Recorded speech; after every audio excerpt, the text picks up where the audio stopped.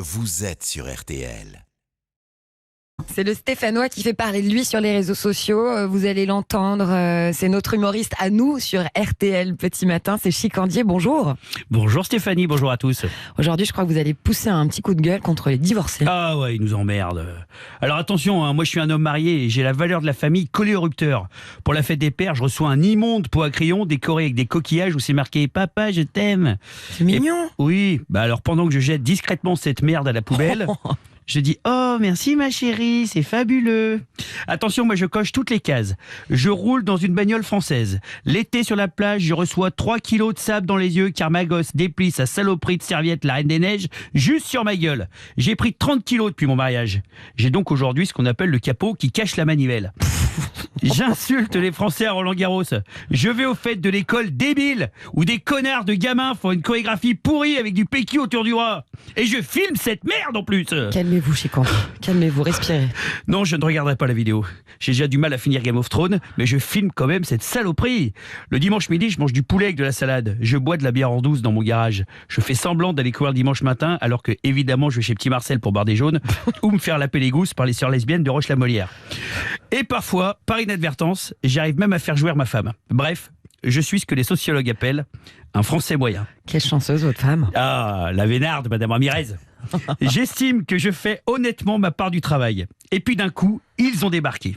À l'instar des envahisseurs, avec Maurice Vincent, on les reconnaît très facilement. Ils ont perdu 20 kilos, ont acheté une voiture de sport décapotable, s'habillent comme des ados et n'ont qu'un seul sujet de conversation. Lequel? Le cul. Ça m'étonne, tiens. Et oui, évidemment, je parle des copains fraîchement divorcés.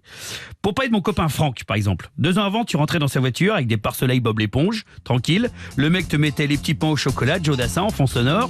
Il te disait « Ah, j'ai un nouveau boucher qui m'a trouvé de la cimental maturée de 14 semaines, tu vas voir une tuerie. » Et tac!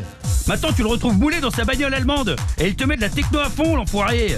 Il s'arrête pour acheter du quinoa et un cupcake à la graine de lin. Mais merde! Et là, il te dit Cet été, on part à Ibiza avec Kelly. Ça va nous faire un bien fou. Et tu sais, Kelly, elle bosse pour Cathy Guetta maintenant. On va s'ambiancer avec les plus grands DJ de la planète, Coco. Quand je pense que c'est le même connard qui était trésorier de l'association pour la restauration des œufs mimosa dans les restos routiers, c'est à gerber. Étant donné ma pudeur, je passe évidemment sur toutes les positions du Kama Sutra qu'il se vante de faire avec son américaine de Maubeuge.